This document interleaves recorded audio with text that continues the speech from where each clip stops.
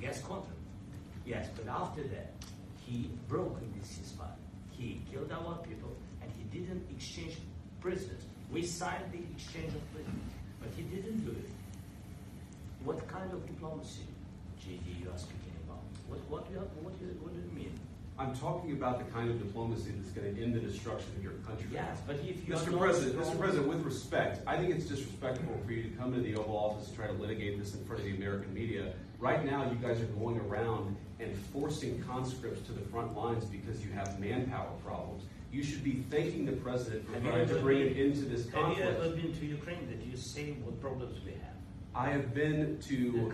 I've actually watched and seen the stories, and I know what happens is you bring them on a propaganda tour, Mr. President. Do you disagree that you've had problems bringing people in your military? And do you think that it's respectful to come to the Oval Office of the United States of America and attack the administration that is trying to prevent the destruction of your country? A lot of questions. Let's start from the beginning. Sure. First of all, during the war, everybody has problems. Even you, but you have nice ocean and don't feel now, but you will feel it in the future. God bless. You don't know that. God bless. You God don't bless. You will not have a war. Don't tell us what we're going to feel. We're trying to solve a problem. Don't tell us what we're going to feel. I'm not telling you. Because you're in no position to dictate that. That's exactly what you're doing. You're in no position to dictate what we're going to feel. We're going to feel very good. We're going to feel very good and very strong. You're right now not in a very good position. You've allowed yourself to be in a very bad position, and he happens to be right about it. From the very beginning of the war. You're not in a good position. You don't have the cards right now. With us, you start having cards. But right now, you don't. Yeah, you're playing cards. You're playing cards. You're gambling with the lives of millions of people. You're gambling with World War III. You're gambling with World War III. And what you're doing is very disrespectful to the country, this country. That's back to you. Far more than a lot of people said they should have. Have you said thank you once? This entire meeting? No, in this entire meeting, have you said thank you? You went to Pennsylvania and campaigned for the opposition in October. Offer some words of appreciation for the United States of America and the president who's trying to save your country. Please, you think that if you will speak very loudly about the war, He's not speaking loudly. He's not speaking loudly. Your country is in big trouble. Wait a minute. No. You've done a lot of talking. Your country is in big trouble. I know. You're not winning. You're not winning this. You have a damn good chance of coming out okay because of us. Mr. President, we are staying in our country, staying strong from the very beginning of the war. We've been alone. And we are thankful. I said thanks. You haven't been alone. You haven't been alone. We gave you, through this stupid president, $350 billion.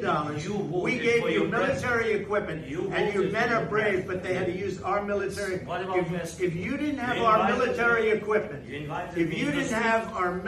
equipment, this war would have been over in 2 weeks. In 3 days. I heard it from Putin. In 3 days. This is something maybe less. In 2 weeks, of course, yes. It's going to be a very hard thing to do business like this. Again, just say thank you. I said a lot of times to American people. Accept that there are disagreements, and let's go litigate those disagreements rather than trying to fight it out in the American media when you're wrong. We know that you're wrong. But you see, I think it's good for the American people to see what's going on. I understand, sir. I think it's very important. That's why I kept this going so long. You have to be thankful. You don't have the cards. You're buried there. Your people are dying. You're running low on soldiers. Listen, you're running low on soldiers. It would be a damn good thing. And then you tell us, I don't want a ceasefire. I don't want a ceasefire. I want to go and I want this. Look, if you could get a ceasefire right now, I tell you, you take it so the bullets stop flying and your men stop getting killed. Of course, we want to stop the war. But you're saying you don't want a ceasefire. I want a ceasefire because you'll get a ceasefire faster than an agreement. Ask our people about a ceasefire, what they think.